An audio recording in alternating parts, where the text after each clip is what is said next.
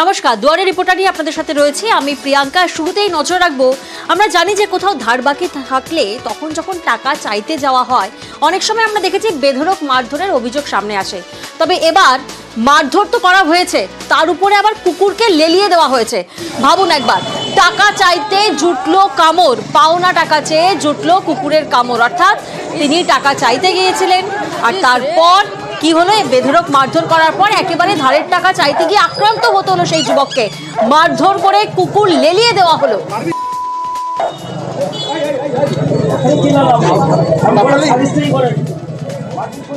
প্রতিনিধি মুক্তা এই মুহূর্তে আমাদের সঙ্গে রয়েছেন। মুক্তার কাছে সরাসরি যাব। মুক্তার, রায়গঞ্জের মিলনপল্লীর এই ঘটনায় রীতিমতো চমকে উঠেছে সবাই, কারণ এভাবে কুকুরের দিকে হামলা করা হয়েছে।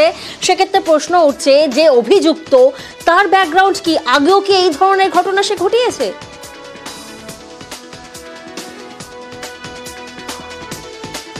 দেখো প্রিয়াঙ্কা, রায়গঞ্জ শহরের মিলনপাড়ায় যে বাড়ি রয়েছে তার ব্যাকগ্রাউন্ড বলতে যে তিনি বেশ কয়েকজনের সঙ্গে শাসক দলের সঙ্গে যুক্ত বলা যেতে পারে। আগে বিজেপি করতেন, কিন্তু বেশ কিছুদিন থেকে তিনি শাসক দলের সঙ্গে যুক্ত রয়েছেন। এবং পাশাপাশি দেখা যাচ্ছে যে যার কাছ থেকে টাকা পেত এবং ফোন করে বলা হয়েছিল যে টাকা নিয়ে যেতে বাড়িতে যাওয়ার জন্য, সে বাড়িতে যখন টাকা নিতে যায় তখনই কিন্তু তাকে মারধর এবং বাড়ির পোষা কুকুর ছিল সে কুকুরের শিকল খুলে দিয়ে লেলিয়ে দিয়ে কিন্তু সেই যুবককে কিন্তু যে পাওনাদার তাকে কিন্তু রাস্তার পাশে আমরা দেখেছি যে রাস্তার পাশে কিন্তু কুকুরটাকে কিন্তু মাটিতে ফেলে কিন্তু কামড়াচ্ছে।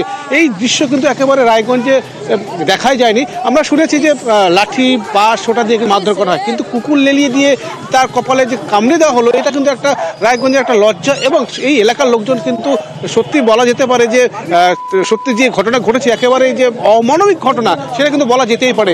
এবং তার পরিপ্রেক্ষিতে যে অভিযোগ যে আক্রান্ত, সে রায়গঞ্জ থানায় লিখিত অভিযোগ দায়ের করা হয়েছে এবং রায়গঞ্জ থানা পুলিশ তার বাড়িতে গিয়েছিল তদন্ত করার জন্য, কিন্তু তাদের বাড়ি তালাবন্দি বন্ধ আছে, কিন্তু তাকে খুঁজে পাওয়া যায়নি। রায়গঞ্জ থেকে ফেরার রয়েছে, পুলিশ কিন্তু তদন্ত শুরু করছে। কিন্তু এই যে ঘটনা ঘটেছে রায়গঞ্জের মানুষ কিন্তু একেবারে মেনে নিতে পারছে না প্রিয়াঙ্কা, একেবারেই। আজকে যে ঘটনাটা ঘটেছে, আমি ওর কাছে টাকা পাই 5,000 টাকা মতো। কার কাছে? বিশ্বদীপ ঘোষ। তো আজকে টাকা চাইতে গেছি আমি, তো আমাকে বলছে টাকা দিয়ে দিচ্ছি, তুই আয়। তা আমি আমার বন্ধু সাগর দাস দুজনে আসি। এবার ও রড নিয়ে অলরেডি দাঁড়ায় আছে বাড়ির ভেতরে, আমাদেরকে ডাকছে। আমি যখন ঢুকতে গেছি ও প্রথমে রড দিয়ে আমাকে ধাক্কা মারছে, নিয়ে কুকুরের শেল্টারটা খুলে দিয়ে আমাকে কুকুর লেলা দিচ্ছে আমার পিছনে। কন্ট্রোল করতে পারে না, রাস্তায় পড়ে গেছি। ও তখন আমাকে পিঠে রডের বাড়ি মারছে, কোমরের রডের বাড়ি মারছে, পায়ে রডের বাড়ি মারছে, হাতে রডের বাড়ি মারছে, 4টা রডের বাড়ি। হসপিটালে গেছিলাম, সেখান থেকে আমি ইঞ্জেকশন নিয়েছি, ট্রিটমেন্ট করিয়ে আমি থানায় জিডি দিয়েছি। আর এবার দেখাবো শিক্ষককে শাস্তি দেওয়া হয়েছে, তা আবার কান ধরিয়ে। বিরতির পর। আমি মাধ্যমিকে এবার দ্বিতীয়। প্রকৃত বন্ধুর মধ্যে প্রান্তিক সহায়িকা আমার সাথে থেকে পড়াশোনা সহজ করে দিয়েছে। 6ষ্ঠ থেকে 10ম শ্রেণীর সর্বশ্রেষ্ঠ সহায়িকা প্রান্তিক।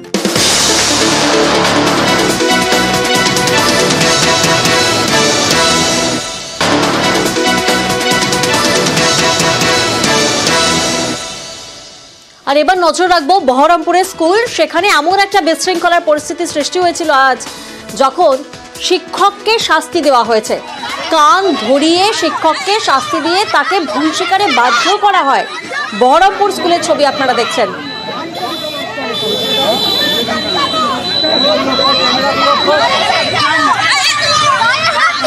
দেখুন, কান ধরলেন শিক্ষক।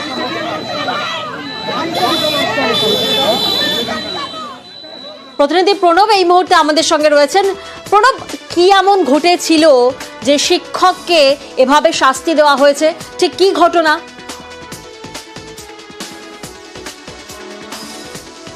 দেখো, ছাত্রদের কাছে বর্ধিত বেতন নেওয়া হচ্ছে, সেই কারণে টাকা নেওয়া হচ্ছে। এরই প্রতিবাদে গতকাল তোমার এসএফআই এর সমর্থকরাও ওই স্কুলে, গোড়াবাজার যে আইসিআই স্কুল আছে সেই স্কুলে প্রতিবাদ দেখাতে যায়। এবং অভিযোগ, সেই সময় স্কুলের শিক্ষকরা তাদের সেই অভিযোগ শোনেননি বা কোনো রকমভাবে স্মারকলিপি নেননি। উল্টে তারা যখন প্রতিবাদ দেখাচ্ছিল সেই সময় তাদের ওপর চড়াও হয়, হামলা করে এবং মহিলা যে সমস্ত সমর্থকরা ছিল তাদেরকে শ্লীলতাহানি করে। এবং এই ঘটনায় গতকাল কিন্তু যথেষ্টভাবে উত্তেজনা ছড়ায় এবং দুজন মহিলা এসএফআই এর কর্মী তারাও আহত হয়। এরপর বহরমপুর থানার পুলিশ এসে পরিস্থিতি সামাল দেয়।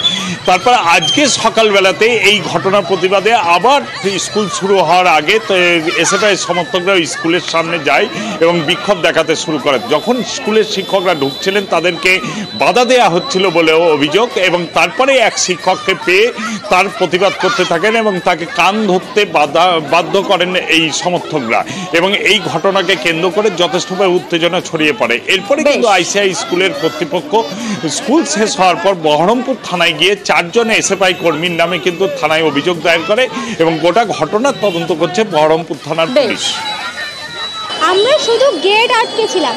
ওরা যে বলেছে যে আমরা নাকি সরকারি সম্পত্তি নষ্ট করেছি, আমরা ওনাদেরকে মেরেছি, এটা সম্পূর্ণ মিথ্যে কথা। ওনারা আমাদেরকে প্রথম থেকে উঁচিয়ে কথা বলেছে, মেয়েদের শ্লীলতাহানি করেছে, আমার চুলের মুঠি ধরে আমাকে মেরেছে, ঘাট ধাক্কা দিয়ে বের করে দিয়েছে। আমাদের এটাই বক্তব্য যে মেয়েদের সুরক্ষা কোথায়? বুড়ো হয়ে শিষ্যকে মারছে, এটা কখনো হতে পারে? এটা সম্পূর্ণ অপ্রত্যাশিত। আর অতিরিক্ত যে ফি নিয়েছে, আমাদের দাবি এটাই, তারা 240 টাকা রেখে তারা বাকি টাকাটা সমস্ত গার্জেনদের ফেরত দিক। কারণ এরকম অনেক দুস্থ পরিবার থেকে আসছে যাদের এই 1000 টাকা ফিটা মানে অত্যন্তই বেশি। টাকা বেশি নেওয়া হয়নি। ইলেকট্রিক বিলেও আমাদের 1,20,000 টাকা মতো 4টে বিলে আমাদেরকে দিতে হয়, প্রায় 30,000 টাকা করে বিল দিতে হয়, কারণ গোটা বিল্ডিংয়ের সমস্ত ফ্যান চলে। ইলেকট্রিক বিল বাবদ আমরা কিন্তু কোনো আমাদের টাকার সোর্স নেই, ফলে আমাদেরকে কিন্তু ছাত্রদেরকে আমরা যে ফ্যান বা লাইট দিচ্ছি সেটা ওইভাবেই টাকাটাকে অ্যাডজাস্ট করতে হয় বা নিতে হয়। আর দ্বিতীয় কথা, কালকে যেটা আমি ছিলাম না, লাস্টে এসেছিলাম, যারা অফিসের স্টাফ ছিল তারা প্রথমে প্রতিবাদ করে যে শাটার কেন নামাচ্ছে, অধিকার কে দিল, এই এক কথা দু কথা করতে করতে বচসা হয়। মারামারি যেটা সম্পূর্ণ মিথ্যা, আর হ্যাঁ চিৎকার চেঁচামেচি বচসা হয়েছে। আর আজকে তো আপনারা দেখলেন টিচারদিকে, প্রায় সমস্ত টিচারকে, আমাকেও একটা হেনস্থার শিকার। আর এবার নজর রাখবো হাওড়ার দিকে, সেখানে পুলিশি অভিযান, আর সেই অভিযানে উদ্ধার হয়েছে জাল নথি। হাওড়ায় জাল নথি তৈরি চক্রের পর্দাফাঁস। হাওড়ার নূর মোহাম্মদ মুন্সিলেন, সেখানে পুলিশি অভিযান চলে এবং এই অভিযান চলাকালীন দুজনকে গ্রেফতার করে পুলিশ। প্রতিনিধি দেবাশিস এই মুহূর্তে আমাদের সঙ্গে রয়েছেন। দেবাশিস, যাদেরকে গ্রেফতার করা হয়েছে তাদের পরিচয় কি এবং কিভাবে পুলিশের জালে? আমরা আবারও দেবাশিসের সঙ্গে যোগাযোগের চেষ্টা করব, তবে তার আগে আরও একবার আপনাদেরকে জানাই, হাওড়া সেখানে জাল নথি তৈরি চক্রের পর্দাফাঁস। হাওড়ার নূর মোহাম্মদ মুন্সিলেন, যেখানে পুলিশি অভিযান চলে, হাওড়া সিটি পুলিশের অভিযান চলে এবং সেই অভিযান চলাকালীন 2 অভিযুক্তকে গ্রেফতার করে পুলিশ, যেখানে প্রচুর জাল সার্টিফিকেট উদ্ধার হয়েছে। দেবাশিস আমাদের সঙ্গে রয়েছেন, আবারও দেবাশিসের সঙ্গে যোগাযোগ করব। দেবাশিস, পুলিশের এই যে অভিযান, যে অভিযানে দুজনকে গ্রেফতার করা হয়েছে, তাদের পরিচয় কি এবং কিভাবে তারা পুলিশের জালে এলো? দেখো, হাওড়া সিটি পুলিশের গোয়েন্দা বিভাগ একটি গোপন সূত্রে খবর পায় যে নূর মোহাম্মদ মুন্সিলেন অর্থাৎ হাওড়া থানার অন্তর্গত টিকিয়াপাড়া এই এলাকায় একটি বহুতল, যেখানে 4 তলায় বসে কোনো এক ব্যক্তি সেখানে বেআইনি কাজকর্ম করছে বা ফেক কাগজপত্র তৈরি করছে। এই তথ্যের মাধ্যমে কিন্তু পুলিশ গতকাল একটি রেড করে এবং রেডে ইতিমধ্যে মোহাম্মদ ফারুক আনসারি এবং বিশ্বজিৎ দে বলে দুজনকে গ্রেপ্তার করে এবং যে বাড়ি অর্থাৎ যে আবাসন, সেই আবাসনের 4র্থ তলে যে ঘরে এই কাজ হতো, সেই ঘর থেকে একাধিক নথি পাওয়া গেছে, যেগুলিকে পুলিশ মনে করছে জাল নথি। তার মধ্যে যেরকম রয়েছে আধার কার্ড, ভোটার কার্ড, এমনকি বেশ কিছু পাসপোর্ট রয়েছে, যেখানে বেশ কিছু মার্কশিট এবং বিভিন্ন কর্পোরেশনের বার্থ সার্টিফিকেট এবং ডেথ সার্টিফিকেট। সবচেয়ে বেশি পুলিশকে যেটা ভাবাচ্ছে সেটা হচ্ছে একাধিক ইন্টারন্যাশনাল ড্রাইভিং লাইসেন্স এবং ব্ল্যাঙ্ক কার্ড পাওয়া গেছে, মাইক্রোচিপ লাগানো। এই দুটি বিষয় কিন্তু পুলিশকে ভাবাচ্ছে।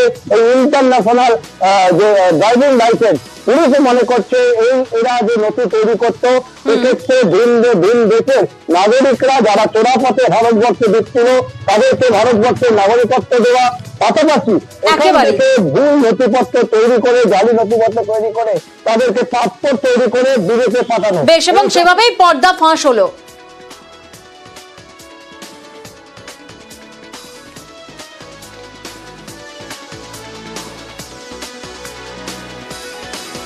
আর এবার আপনারা দেখবেন শান্তিপুরের বাসিন্দা শেফালি দে, স্বামীর জীবিত কিন্তু তারপরেও বিধবা ভাতা পাচ্ছেন কিভাবে সম্ভব? সধবা পাচ্ছেন বিধবা ভাতা। শান্তিপুরে চরম গাফিলতি স্থানীয় প্রশাসনের। প্রতিনিধি রঞ্জিত এই মুহূর্তে আমাদের সঙ্গে রয়েছেন।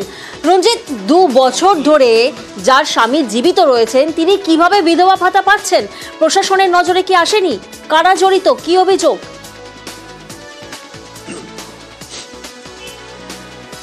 দেখো, শান্তিপুর পৌরসভার 21 নম্বর ওয়ার্ডের বাসিন্দা শেফালি দে তিনি গত 2 বছর ধরে বিধবা ভাতা পেয়ে আসছেন, কিন্তু তার যেটা দাবি তিনি জানতেনই না তিনি বিধবা ভাতা পাচ্ছেন। কারণ 2 বছর আগে তিনি যখন বারবার লক্ষ্মী ভাণ্ডার জন্য আবেদন করছিলেন সেখানে তিনি তার আবেদন গ্রাহ্য হচ্ছিল না।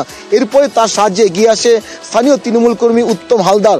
তাকে 2 দফায় 3000 টাকা দেওয়া হয় এবং তারপরে সেই উত্তম হালদার তার যে আবেদনপত্র সেটাকে ফিল আপ করে জমা দেয় বলে এমনটাই দাবি শেফালিদের। তারপর থেকে তিনি ভাতা পেতে আরম্ভ করেন এবং গত কয়েকদিন আগে তার যখন এই মাসিক ভাতা যার যে ভাতাটা বন্ধ হয়ে যায় সেই সময় তিনি ব্লক অফিসে এসে যখন বিষয়টি খতিয়ে দেখেন তখন তিনি জানতে পারেন যে তিনি লক্ষ্মীর ভাণ্ডার নয়, তিনি বিধবা ভাতা পেতেন, সেই ভাতাই কিন্তু বন্ধ করে দেওয়া হয়েছে। এরপরে বিষয় যখন বিডিওর নজরে আসে তখন তিনি তদন্ত শুরু করেন। ইতিমধ্যে শেফালিদের নামে শান্তিপুর থানায় লিখিত অভিযোগ দায়ের করা হয়েছে ব্লক প্রশাসনের পক্ষ থেকে। তবে বিডিও কিন্তু একেবারে মেনে নিয়েছেন যে তার অফিসেরই তার দপ্তরেরই কোনো কর্মচারী এই কাজের সাথে যুক্ত রয়েছে। শুধু শেফালি দে নয়, একাধিক মানুষের কাছ থেকে কিন্তু নানান সময় নানান রকমের ভাতা নিয়ে তিনি কিন্তু যারা মানুষ প্রতারিত হয়েছে এমনটা কিন্তু অভিযোগ পেয়ে আসছেন বলে তিনি জানান। তবে শেফালি দে কিন্তু একেবারে জানতেনই না যে তিনি বিধবা ভাতা পাচ্ছেন না, লক্ষ্মীর ভাণ্ডারে টাকা পাচ্ছেন। ফলে এই নিয়ে কিন্তু একটা রাজনৈতিক তরজাও শুরু হয়েছে যে উত্তম হালদার এই ঘটনা জানাজানি হতেই কিন্তু বেপাত্তা এলাকা থেকে। তবে শেফালি দের মতো যারা আবেদনকারী এবং অনেকেই কিন্তু এরকম কিন্তু প্রতারিত হয়েছে বলে এমনটাই কিন্তু ব্লক প্রশাসন জানতে পারা যাচ্ছে। তবে ইতিমধ্যে তদন্ত শুরু হয়েছে। যিনি অভিযুক্ত অর্থাৎ শেফালি দে কি বলছেন শোনাবো। সেটা তো আমি জানতাম লক্ষ্মী ভান্ডার ঢুকছে, কিন্তু পরে তো আমি জানতে পারলাম যে ওটা আমার বিধবা ভাতা করে দিয়েছে। আমি লক্ষ্মী ভান্ডার পাইনি, সেই হিসাবে আমি লক্ষ্মী ভান্ডার করার জন্য জমা দিয়েছি কাগজপাতি। উত্তম হালদার বললো যে তুমি আমাকে 1000 টাকা দাও, আর পরে লক্ষ্মী ভান্ডার হয়ে যাওয়ার পরে আমাকে 2000 টাকা দিয়ে 3000 টাকা মানে মোট আমাকে। আমরা শুনলাম উপভোক্তা শেফালি দে কি বলছেন, আর এবার শোনাবো ভিডিও কি বলছেন।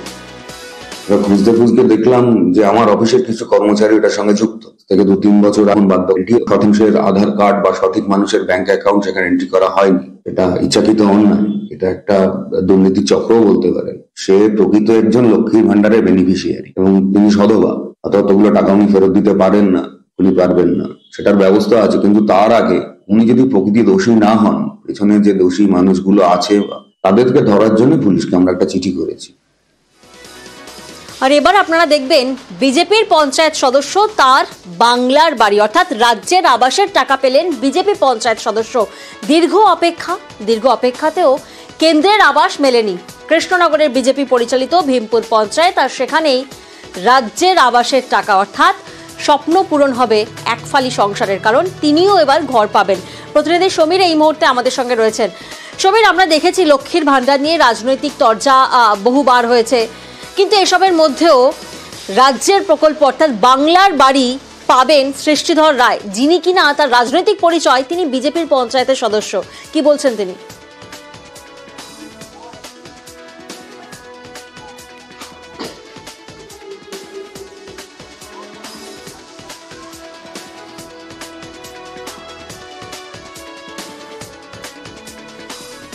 আমি হচ্ছি জনতা পার্টির একজন কর্মী, আমি পাওয়ার উপযুক্ত বলে আমি ঘরটা পেয়েছি। সরকার দিয়েছে ভালো, মোটামুটি তো খুশি এখন যেটুকু পেয়েছেন? হ্যাঁ, মোটামুটি ভালো লাগছে আর কি।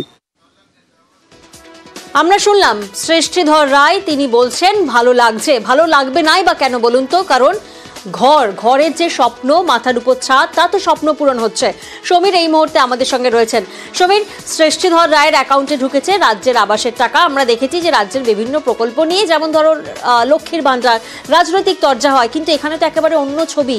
বিজেপির পঞ্চায়েত সদস্য, কিন্তু তার অ্যাকাউন্টে ঢুকেছে রাজ্যের আবাসের টাকা। তিনি তো খুশি।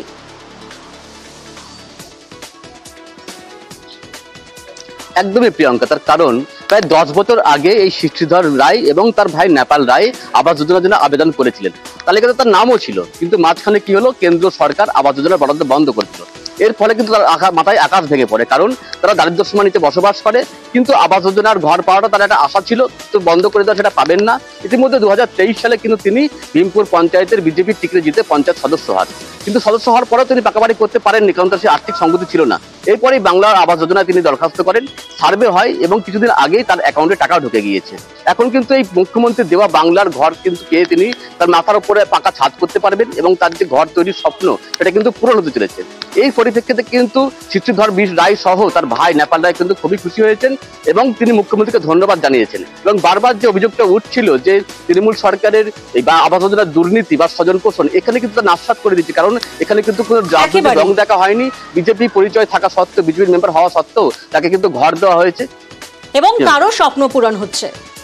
আগে বেড়ার ঘর ছিল, এদিক ভাঙা ওদিক ভাঙা, শীতকালে খুব ঠান্ডা, বর্ষাকালে জল পড়তো। আমার দাদা বিজেপি করে, বিজেপির মেম্বার, তা সত্ত্বেও আমাদেরকে ঘর দিয়েছে, এতে আমরা খুব খুশি হয়েছি। ধন্যবাদ মুখ্যমন্ত্রীকে। সৃষ্টিধর রায় তিনি যখন আবেদন করেন সেটা করেছিলেন কিন্তু দিল্লি সরকারের কাছে, নরেন্দ্র মোদী সরকার বা কেন্দ্রের টাকা পেলেন না, তিনি টাকাটা পেলেন মুখ্যমন্ত্রী মমতা ব্যানার্জি রাজ্যসভা মামাটি মানুষের সরকারের টাকা। এবং এই টাকা পাওয়ার পরেই স্বভাবতই তিনি উল্লসিত, তিনি খুব খুশি। তিনি কিন্তু তার ভিতরের যে আনন্দ, ভিতরের যে যে খুশি, সেটা কিন্তু চেপে রাখতে পারেননি। আবারও বেআইনি নির্মাণের অভিযোগ সামনে আসছে, আর এবার দেগঙ্গার বিদ্যাধরী খাল, সেই খাল দখল করে বেআইনি নির্মাণের অভিযোগ। চাতরের বিল এলাকায় কৃষি জমির পাশ দিয়ে বয়ে গেছে বিদ্যাধরী খাল। আর বিগত কয়েকদিন যে ছবি সামনে আসছে, সেই খালে অবৈধ নির্মাণ হচ্ছে। কারা জড়িত এই অবৈধ নির্মাণের সাথে? প্রশাসনের নজরে কি কিছুই আসছে না? প্রতিনিধি জিয়াউল এই মুহূর্তে আমাদের সঙ্গে রয়েছেন। জিয়াউল, আমরা ছবিতে দেখলাম যে অবৈধ নির্মাণ চলছে, বেআইনি নির্মাণ চলছে, কিন্তু প্রশ্ন তো এখানেই, কারা জড়িত? প্রশাসনের নজরে কি আসছে না?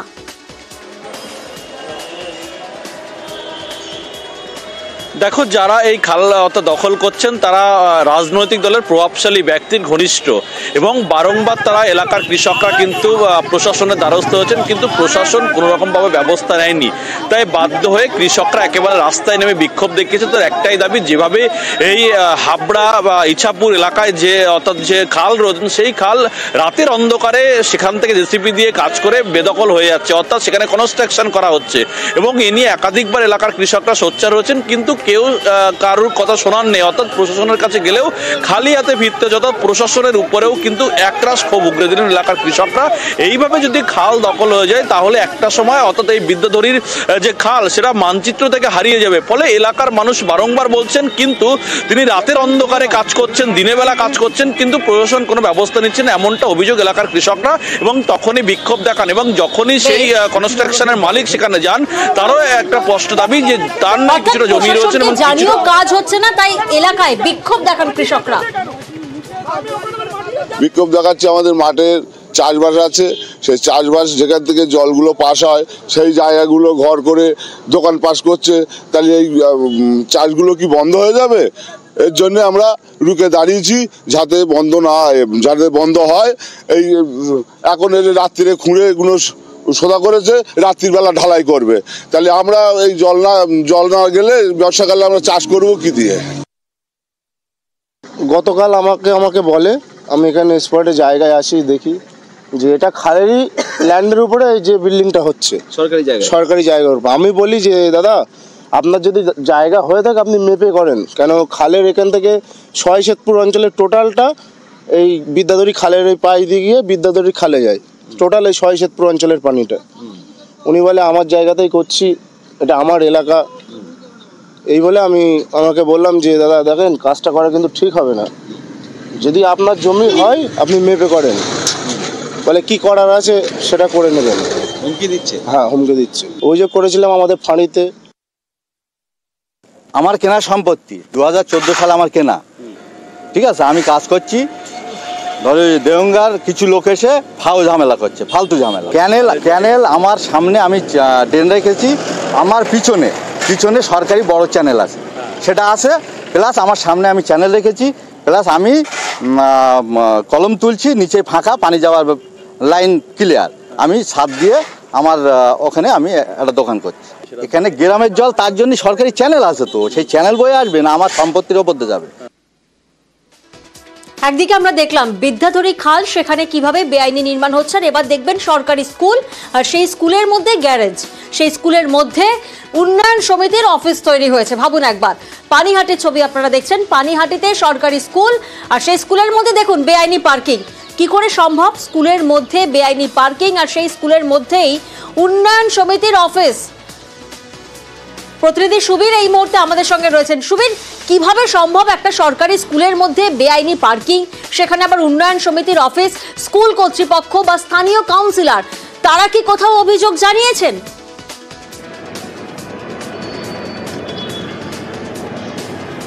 হ্যাঁ, পানিহাটি পৌরসভা 17 নম্বর ওয়ার্ড নন্দনকানন সরকারি প্রাথমিক বিদ্যালয়, এই বিদ্যালয়ের যে বাউন্ডারি এলাকা অর্থাৎ যে জমি, তাই সেই বাউন্ডারি এলাকার মধ্যেই কিন্তু উন্নয়ন সমিতির অফিস তৈরি হয়েছে 2021 সালে, এবং সেখানে কিন্তু অবৈধভাবে কিন্তু পার্কিং করা হচ্ছে।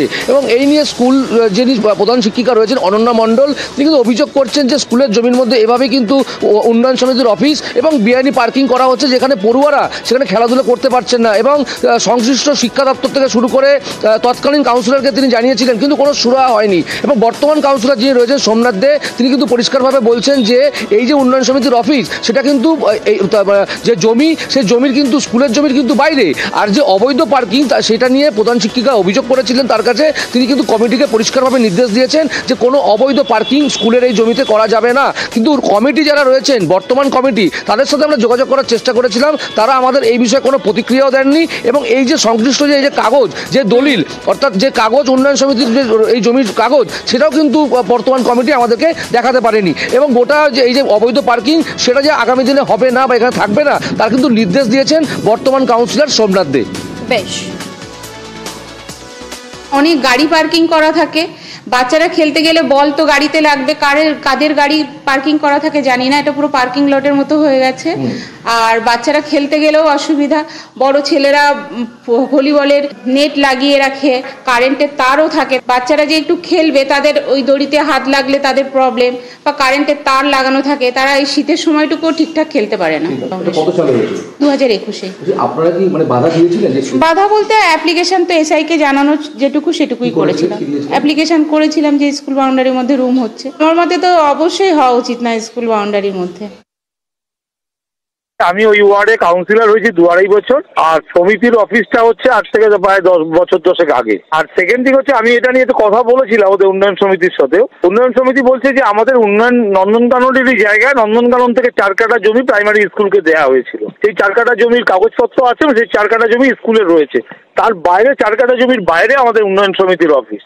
আর যেটা দিদিমণি আমাকে এটা বলেছে, রিপোর্ট এসেছে যে 2-1 জন গাড়ি ওখানে পার্কিং করে রাখে, সেটা আমি ওদের কমিটিকে বলে দিয়েছি যেরকম ভাই স্কুলে যখন আওয়ার্স থাকবে ওখানে কোনো গাড়ি পার্কিং করা যাবে না। আর এবার দেখাবো পূর্বস্থলীর একটি ছবি, সেখানে তাঁত সমবায়, আর সেই তাঁত সমবায়ের বেহাল দশা দেখুন একবার। ঝোপঝাড়ে ঢাকা একাধিক সমবায় অফিস চত্বর। এই তাঁত সমবায় বাম আমলে তৈরি হয়েছিল, কিন্তু এখনো বন্ধ। 30 বছর ধরে পড়ে পড়ে নষ্ট হচ্ছে অফিসের জিনিস, ধুলোয় ঢেকেছে তাঁতের যন্ত্রপাতি।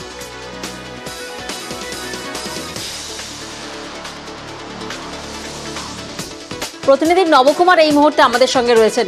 নবকুমার, যে ছবি আমরা দেখলাম, সত্যি অত্যন্ত কষ্টের ছবি তাঁত শিল্পীদের জন্য, যারা হয়তো কাজ করতে চাইছেন, তাঁতিরা, তাদের কাজ করার কোনো উপায় নেই। তারা হয়তো প্রশাসনের কাছে অভিযোগ জানিয়েছেন, কিন্তু প্রশাসনের তরফ থেকে কি কোনো আশার আলো তারা দেখতে পাচ্ছেন? দেখো প্রিয়াঙ্কা, বর্ধমান জেলার সবথেকে বড় শিল্প হচ্ছে তাঁত শিল্প। কারণ হচ্ছে যে বর্ধমান জেলার কৃষির পরে এই তাঁতের গড় হচ্ছে পূর্বস্থলীর 1 নম্বর ব্লক এবং 2 নম্বর ব্লক। সেখানে একটা সময় ধরে হ্যান্ডলুম প্রচুর তৈরি হয়েছিল, কিন্তু বাম আমলে যে সমবায় যে হ্যান্ডলুমগুলি ছিল, তারা শুরুর মুখেই ধাক্কা খেয়েছিল ক্ষতির মুখে, এবং তারপরে ক্ষতির পরে তারা রীতিমতনভাবে সেগুলি বন্ধ করে দেয়। পূর্বস্থলী 2 নম্বর ব্লকে প্রায় 8খানা হ্যান্ডলুম এরকমই বন্ধ হয়ে রয়েছে সমবায় সমিতি। তার পরবর্তীকালে ওইখানে ধুলো যন্ত্রাংশ চুরি থেকে শুরু করে দুষ্কৃতির আড্ডা সমস্ত কিছু চলছে, কিন্তু এই বিষয়ে এখনো পর্যন্ত এই সরকার কোনো রকম নজর দেয়নি। এলাকাবাসীর দাবি যে বেশ কিছু মানুষের কর্মসংস্থান হতে পারে যদি সরকার এই বিষয়ে তাকায়। এই বিষয়ে সরকারের যিনি মন্ত্রী আছেন স্বপন দেবনাথ, তিনি জানিয়েছেন যে সমস্ত কিছুর দিক থেকেই উন্নতির হাত ধরে এগিয়ে চলেছে, কিন্তু এই সমবায় সমিতিকেও দেখা হবে এবং নজরে আনা হবে। কিন্তু কটাক্ষ করতে ছাড়েনি এদিকে বিজেপিরা, তারা বলছে যে বাম আমলের যে অবস্থা ছিল সেটাই বয়ে নিয়ে গেছে তৃণমূল, এরা সবাই একদিকে বাম জামানাকেই দোষারোপ ক্ষুদ্র ও কুটির শিল্প মন্ত্রীর।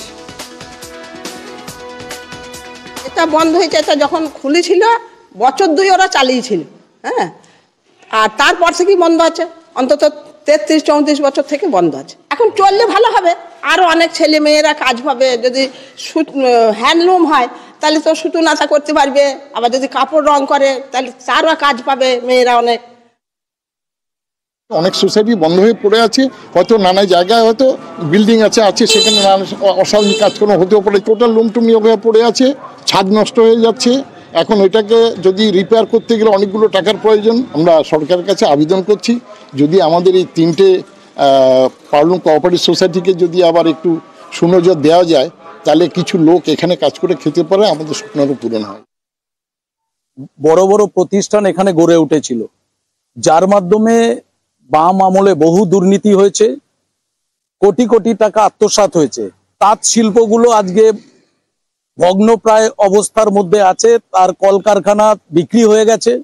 যারা এই অসৎ কাজের সাথে যুক্ত তারাই আজকে দল বদল করে শাসক দলের সাথে যুক্ত হয়েছে।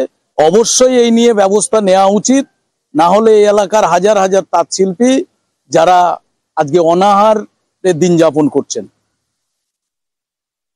আমরা চাই তাঁত শিল্পীরা বাঁচুক। পশ্চিমবঙ্গের তাঁত শিল্পীদের নিয়ে যেটুকু এখনো পর্যন্ত বাঁচানোর জন্য চেষ্টা হচ্ছে। এখানে কি লুঙ্গে হতো না? শ্রীরামপুর এই তল্লাটের মধ্যে তাঁতের শব্দে মানুষের ঘুম ভাঙতো একদিন। আমরা চাই সেটাকে ফিরিয়ে নিয়ে আসতে। কাজের সময়তে এগুলো নষ্ট হয়েছে। 100 জন তাঁতবিহীন তাঁতিদের দিয়ে সোসাইটি তৈরি হয়েছিল, সেটা ধ্বংস হয়ে গেছে। কারা করেছে এই ধ্বংস, তার বিচার মানুষ করবে। আমরা জানি একদিকে অস্থির বাংলাদেশ পরিস্থিতি, আর তার মধ্যেই আজ দিনভর মালদা সীমান্তে চাপা উত্তেজনা। ফের বন্ধ মালদা সীমান্তে কাঁটাতারের কাজ। সকালে সীমান্তে বেড়া দেওয়ার কাজ শুরু হয়, আর বেলা বাড়তে বিজিবির আপত্তিতে বন্ধ করা হয় সেই কাজ। আর তারপর দুপুরে ফ্ল্যাগ মিটিং বিএসএফ ও বিজেপি। প্রতিনিধি সেবক এই মুহূর্তে আমাদের সঙ্গে রয়েছেন। সেবক, আমরা দিনভর একটা চাপা উত্তেজনার ছবি দেখলাম, সেক্ষেত্রে কি ফ্ল্যাগ মিটিংয়েও কোনো প্রকার জট কাটেনি?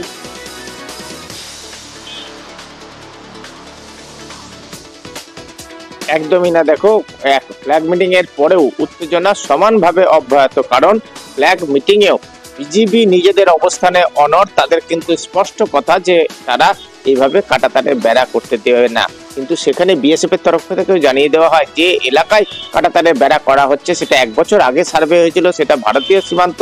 ফলে বিজিবি এই ধরনের আপত্তি তোলার কোনো যৌক্তিকতা নেই। কিন্তু বিজেপি স্বাভাবিকভাবে নিজেদের দাবিতে অনড়। আজকেও সীমান্তে দেখা গেছে বিজেপির পাশাপাশি প্রচুর বাংলাদেশি নাগরিক তারা সীমান্তে ভিড় জমান, ভারত বিরোধী স্লোগান ওঠে। আর এই অবস্থায় বিএসএফ কিন্তু সক্রিয়।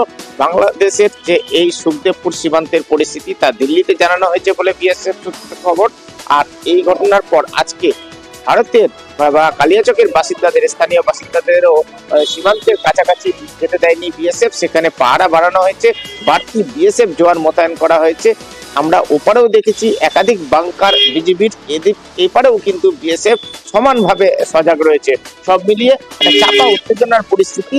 এবং তুমি যেটা বলছিলে যে ফ্ল্যাগ মিটিং এর পরেও কিন্তু জট কাটেনি, ফলে কাঁটাতারের বেড়া কখন কি অবস্থায় হবে তা নিয়ে কিন্তু একটা অনিশ্চয়তা তৈরি হয়েছে, জট কাটেনি।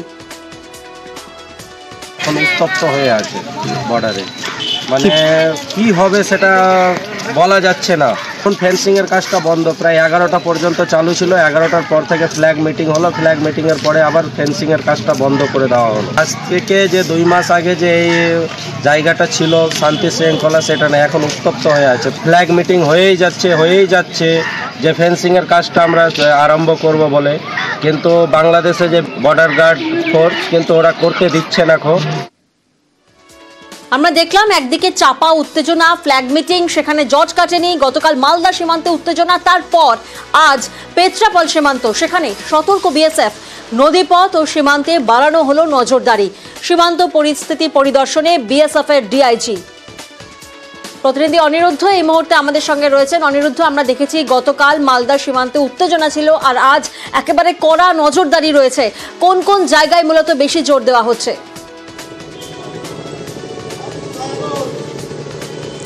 দেখো প্রিয়াঙ্কা, তোমাকে জানিয়ে রাখি যে উত্তর 24 পরগনার বাগদাতে ওপাশে যেহেতু বাংলাদেশের ঝিনাইদহ, সেখানে কিন্তু বিজিবির পক্ষ থেকে দাবি করা হয়েছিল যে তারা কোদালিয়া নদীর 5 কিলোমিটার পুনরুদ্ধার করেছে। ঠিক একদমই মালদাতেও যা দেখা গেল যে সেখানে মালদায় কাঁটাতার দিতে বাধার সৃষ্টি করেছে বাংলাদেশের তরফ থেকে। এই পরিস্থিতিতে বলা যেতে পারে মালদা, উত্তর 24 পরগনা, এই পরিস্থিতিতে পেট্টাপোল সীমান্ত পরিদর্শন করে বিএসএফের ডিআইজি, এবং এখানে পেট্টাপোল সীমান্তে নজরদারির ক্ষেত্রে আধুনিক পদ্ধতি আগামী দিনে ব্যবহার করা হবে, তেমনই কিন্তু জানানো হয়েছে বিএসএফ সূত্রে। এবং বিএসএফের উচ্চপদস্থ কর্তা ডিআইজি কিন্তু জানিয়েছেন যে পেট্টাপোল সীমান্তে নজরদারি ক্ষেত্রে আরও জোরালো করতে সেখানে নদীপথ এবং স্থলবন্দর, যেহেতু পেট্টাপোল সীমান্ত একটি গুরুত্বপূর্ণ স্থলবন্দর, সেখানে আরও নিরাপত্তা জোরদার করা হবে বলে বিএসএফ এর তরফ থেকে ডিআইজি সূত্রে কিন্তু খবর রয়েছে। আগামী দিনে এই নজরদারি বাড়ানো হবে, কারণ এই বাংলাদেশের সঙ্গে যে সাম্প্রতিক পরিস্থিতি তৈরি হয়েছে, বাংলাদেশের উস্কানি রয়েছে, সেই উস্কানির দিকে সজাগ দৃষ্টি রেখেছে বিএসএফ, এবং বিএসএফ এর তরফ থেকে জানানো হয়েছে যে আগামীতে পেট্টাপোল সীমান্তে কড়া নজরদারির জন্য আরো আধুনিক পদ্ধতিতে টহলদারি চালানো হবে, তেমনই জানানো হয়েছে বিএসএফ এর ডিআইজির তরফ থেকে। আর এবার দেখাবো পিকনিক, আর সেই পিকনিকে একেবারে পিস্তল নিয়ে হাজির নেতার ভাই। নেতার ভাইয়ের পকেটে 7mm। কিভাবে প্রকাশ্যে এলো? পিকনিক থেকে ফেরার পথে দুর্ঘটনা ঘটে, আর তারপরেই প্রকাশ্যে এলো সেই 7mm। প্রতিনিধি সমীর এই মুহূর্তে আমাদের সঙ্গে রয়েছেন। সমীর, নেতার ভাইয়ের পকেটে 7mm, হয়তো এই দুর্ঘটনা না ঘটলে কি তাহলে প্রকাশ্যে আসতো না?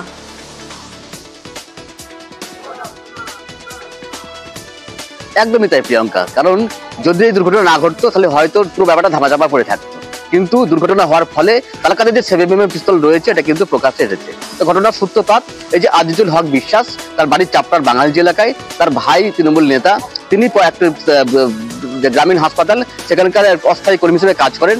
আজকে তার পিকনিক ছিল দইয়ের বাজারে, এবং সেখানে যখন পিকনিক থেকে সন্ধ্যাবেলা তিনি বাইকে চেয়ে বাড়ি ফিরছিলেন, দইয়ের বাজারে ঢাকাপাড়া এলাকায় কৃষ্ণনগর করিমপুর রাজ্য সড়কে একটি ট্রাক্টরের সাথে তার ধাক্কা লাগে। এর ফলে তিনি গুরুতর জখম হন। স্থানীয় বাসিন্দারা তাকে উদ্ধার করে হাসপাতালে যাওয়ার চেষ্টা করে। ঠিক সেই সময় তার কাছ থেকে একটা 7mm পিস্তল উদ্ধার হয় এবং কয়েক রাউন্ড গুলি সহ। এবং খবর পেয়ে ঘটনাস্থলে যায় পুলিশ গিয়ে কিন্তু ইতিমধ্যে পিস্তলটিকে সিজ করেছে, এবং এর পাশাপাশি যে আহত তাকে উদ্ধার করে শক্তিনগর জেলা হাসপাতালে পাঠানো হয়েছে, এবং পুলিশি ঘেরাটোপে তার চিকিৎসা চলছে এবং তাকে আটকও করা হয়েছে।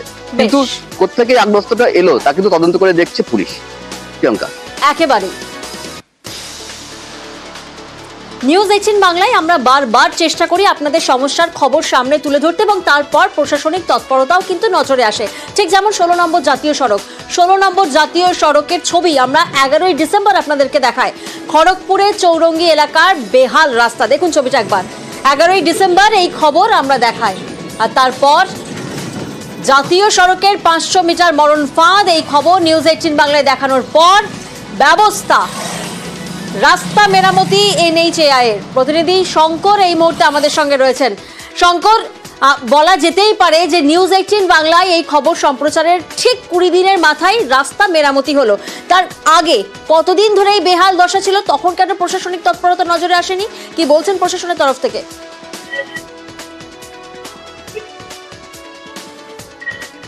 দেখো প্রিয়াঙ্কা, এর আগে আমরা বহু খবর দেখিয়েছি যার জেরে কিন্তু প্রশাসনের টনক নড়েছে এবং কাজও হয়েছে।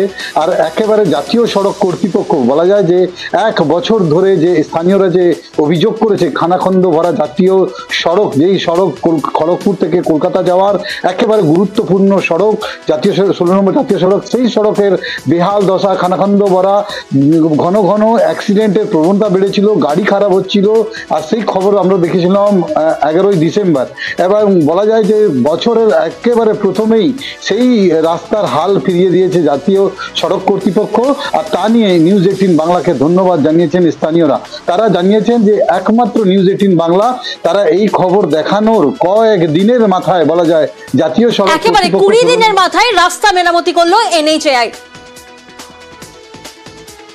চৌরঙ্গি রাস্তাটা খারাপ হয়ে গেছিল, অনেক প্রবলেম হতো, মানে প্রত্যেক দিন ডেইলি বেসিক্সে অ্যাক্সিডেন্ট হতো, ব্রেকডাউন হতো। আপনারা ভিডিওটা বানানোর পর এই জিনিসটা প্রবলেমটা সলভ হয়েছে। তো অসংখ্য ধন্যবাদ নিউজ 18 বাংলাকে। 6 মাস ধরে দাদা রাস্তা বহুত খারাপ ছিল, তো বহুজনকে বলেওছিলাম, অনেক অ্যাডমিনিস্ট্রেটিভ লেভেলেও বলেছিলাম, কোনো লাভ হয়নি। তোমাদের নিউজ চ্যানেলে দেখানোর পর বছরের শেষেই একদম নতুন গিফট, পুরো রাস্তা রেডি হয়ে গেছে, দেখতে পাচ্ছ পুরো মাহেন্দ্রা অব্দি রাস্তা পুরো রেডি হয়ে গেছে, আপ টু চৌরঙ্গি থেকে। তো থ্যাঙ্কস নিউজ 18 বাংলাকে।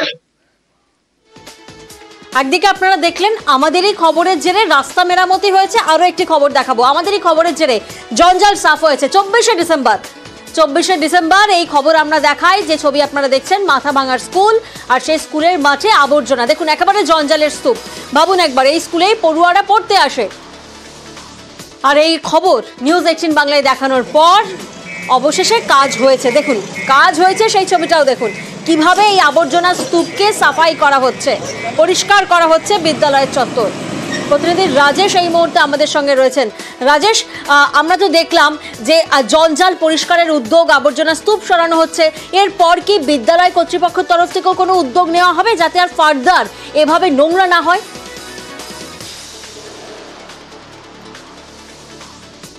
দেখো প্রিয়াঙ্কা, যেমনটা তুমি বলছিলে যে মাথাভাঙা 2 ব্লকের ঘোকসাডাঙ্গা এলাকায় 19 বিশা নিম্ন বুনিয়াদী বিদ্যালয়ে কিন্তু দীর্ঘদিন ধরেই আবর্জনা জমে থাকায় স্তূপের আকার ধারণ করেছিল এবং সেই আবর্জনা পরিষ্কার করা হচ্ছিল না বলে অভিযোগ বিদ্যালয় কর্তৃপক্ষ এবং স্থানীয়দের, যার ফলে কিন্তু স্কুলে ব্যাপক ভোগান্তির মধ্যে পড়তে হতো স্কুলে আসা শিক্ষক শিক্ষিকা এবং পড়ুয়াদের।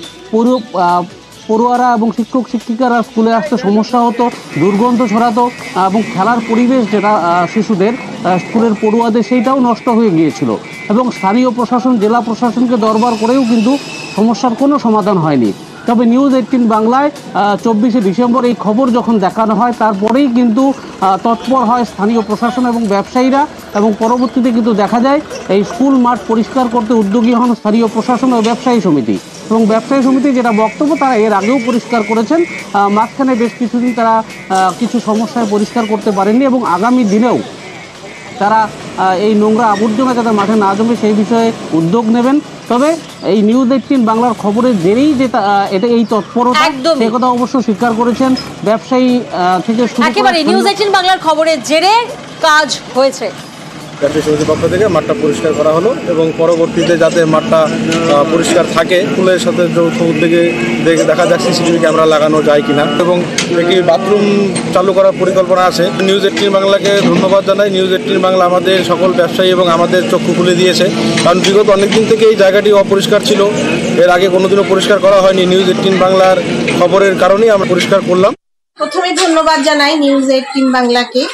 ওনারা খবর করার পর ঊর্ধ্বতন কর্তৃপক্ষ এটার ভালো ব্যবস্থা নেন, জিসিপি দিয়ে মাঠ পরিষ্কার করা হলো এবং গত হাটেও আমাদের বিদ্যালয়ের কিছুটা জায়গা ছেড়ে দিয়ে সুষ্ঠুভাবে হাট পরিচালনা হয়। আমরা 2 দিন ধরে বেশ ভালো পরিবেশে আছি। স্বাস্থ্য পরিষেবা আর স্বাস্থ্য পরিষেবায় রাজ্যে দ্বিতীয় আলিপুরদুয়ার। কেন্দ্রীয় মানদণ্ডে স্বীকৃতি পেল আলিপুরদুয়ার, কোয়ালিটি অ্যাসিওরেন্সে দ্বিতীয় আলিপুরদুয়ার।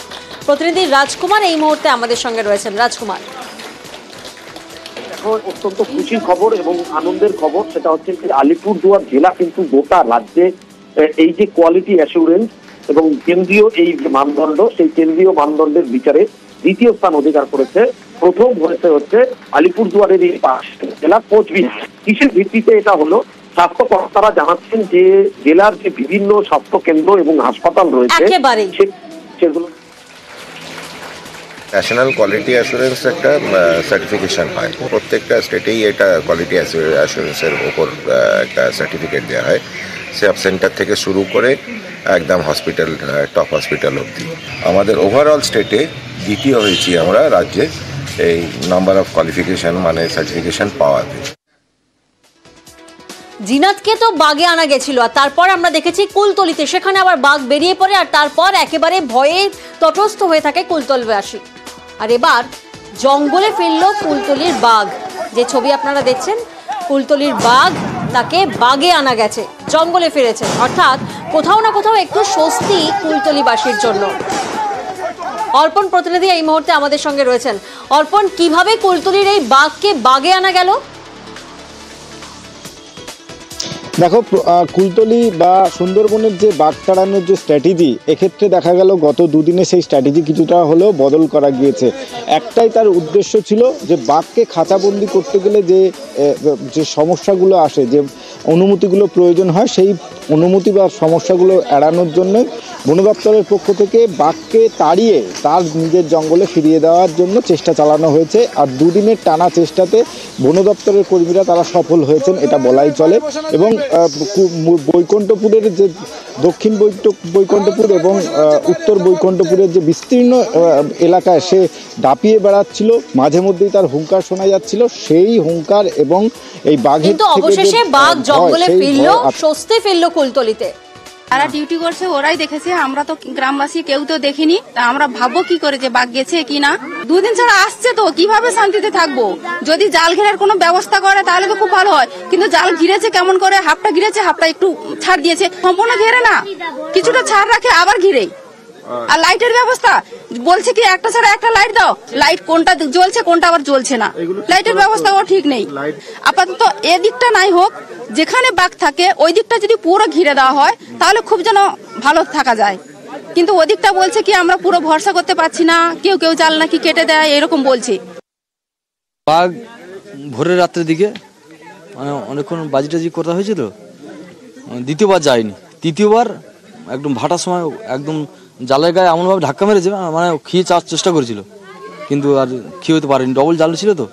তারপর ওই জালের গা ধরে একদম ওই একদম ওপারে গায়ে চলে গেছে।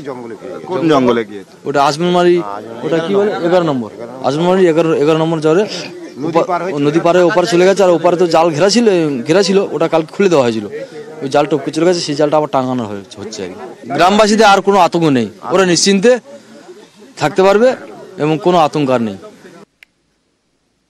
কুলতলিতে একটু হলেও স্বস্তি, কারণ বাঘ জঙ্গলে ফিরেছে। কিন্তু গড়বেতা, সেখানে তো আবার কৃষকদের মাথায় হাত, কারণ মাঠের ফসল খেয়ে নিচ্ছে হাতির দল। হাতির তাণ্ডব চলছে। পশ্চিম মেদিনীপুরের হোমগড় রেঞ্জ এলাকার ঘটনা, যেখানে কয়েকদিন ধরে গড়বেতার একাধিক এলাকায় হাতির তাণ্ডব চলছে। শোভন প্রতিনিধি এই মুহূর্তে আমাদের সঙ্গে রয়েছেন। শোভন, এভাবে যখন হাতির দলের তাণ্ডব চলছে তাহলে খুব স্বাভাবিক যে কৃষকদের মাথায় হাত, কারণ চাষের জমি নষ্ট হচ্ছে। সেক্ষেত্রে বন দপ্তরের তরফ থেকে কি কোনো পদক্ষেপ নেওয়া হচ্ছে? একেবারে দেখো প্রিয়াঙ্কা, যে বারবার যেটা কৃষকরা অভিযোগ করেন যে বন দপ্তরের তরফ থেকে কিন্তু হাতিদেরকে সেভাবে কিন্তু গাইড করা হয় না, অর্থাৎ গভীর যে জঙ্গল সেই জঙ্গলে কিন্তু হাতিদের তাড়ানোর কাজে কোথাও খামতি রয়েছে বন দপ্তরের, এমনটাই অভিযোগ উঠে আসে বারে বারে। এক্ষেত্রেও কিন্তু তেমনটাই অভিযোগ করছেন এলাকার যারা চাষি রয়েছেন। হোমগড় এবং নয়াবসত রেঞ্জের বিভিন্ন এলাকায় আজ সকাল থেকেই প্রায় 10 থেকে 15টি হাতির দলছুট হাতির একটি দল তারা কিন্তু দাপিয়ে বেড়াচ্ছে। এবং এই সময় যেহেতু মাঠে ফসল বেশি থাকে এবং শীতকালে যেহেতু জঙ্গলে পাতা ঝরে যায় এবং জঙ্গলে পাতার অভাব দেখা দেয়, সেই জন্য খাবারের সন্ধানে কিন্তু হাতি দল এই সময় যে মাঠে ফসল রয়েছে সেই মাঠে চলে আসে। আর সেই রকমই ঘটনা ঘটেছে এই গড়বেতা এলাকায়, যেখানে কিন্তু প্রায় 10 থেকে 15 বিঘা জমির ফসল কিন্তু খেয়ে মারিয়ে নষ্ট করে দিয়েছে হাতির দলটি। এবং যারা কৃষক রয়েছেন তারা অবশ্যই ক্ষতিগ্রস্ত হয়েছেন এবং তারা বারবার যেটা অভিযোগ করেন যে হাতিগুলিকে অন্যত্র তাড়ানোর ক্ষেত্রে বন দপ্তরের খামতি রয়েছে এবং তার জন্যই কিন্তু তাদেরকে বারে বারে এইরকম সম্মুখীন হতে হয় এই হাতির আতঙ্কের। আলু সব তেড়ে খেয়ে নিয়েছে, মেরে দিয়েছে একবারে। কতটা করেছে? মোটামুটি 10-12 বিঘা, সব চাষির মেলে বেশি করেছে। এখানটায় আছি আমরা, ঋণ ধার ব্যবসায়ীর কাছে সুদে। কিভাবে শোধ করবে? না হলে আর কি হবে, বিষ খেয়ে মরতে হবে, আর কি হবে।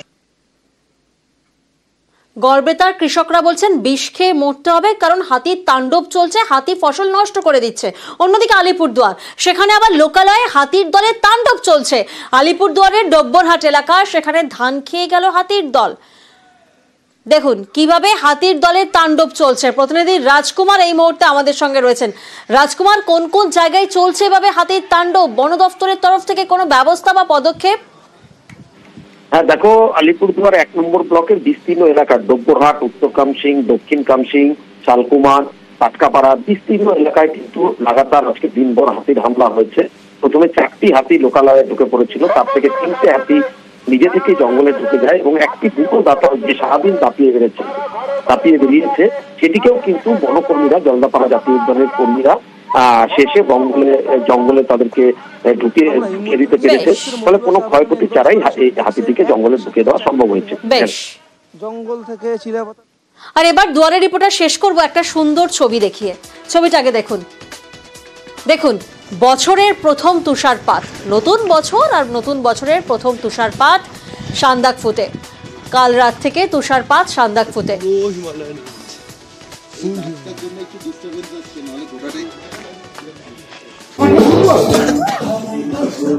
দেখুন, -1 ডিগ্রি টেম্পারেচার, আর সেই টেম্পারেচারে কিভাবে পর্যটকরা খুশিতে মেতে উঠেছে। প্রতিনিধি পার্থ এই মুহূর্তে আমাদের সঙ্গে রয়েছেন। পার্থ, আমরা দেখছি সান্দাকফুর যে ছবি, পর্যটকরা রীতিমতো তাড়িয়ে তাড়িয়ে তা উপভোগ করছেন। Welcome to Sandakphu. স্বাভাবিক, কারণ এরই অপেক্ষায় কিন্তু পর্যটকরা বেশ কয়েকদিন আগের থেকে ঘাটি ঘিরে বসেছিল সান্দাকফু ফালুটের মতো জায়গাগুলোতে।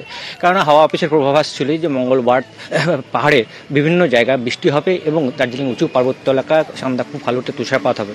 আর সেই মতোই গতকাল রাত থেকেই অজরে তুষার ঝরতে থাকে সান্দাকফু ফালুটের রাস্তায়।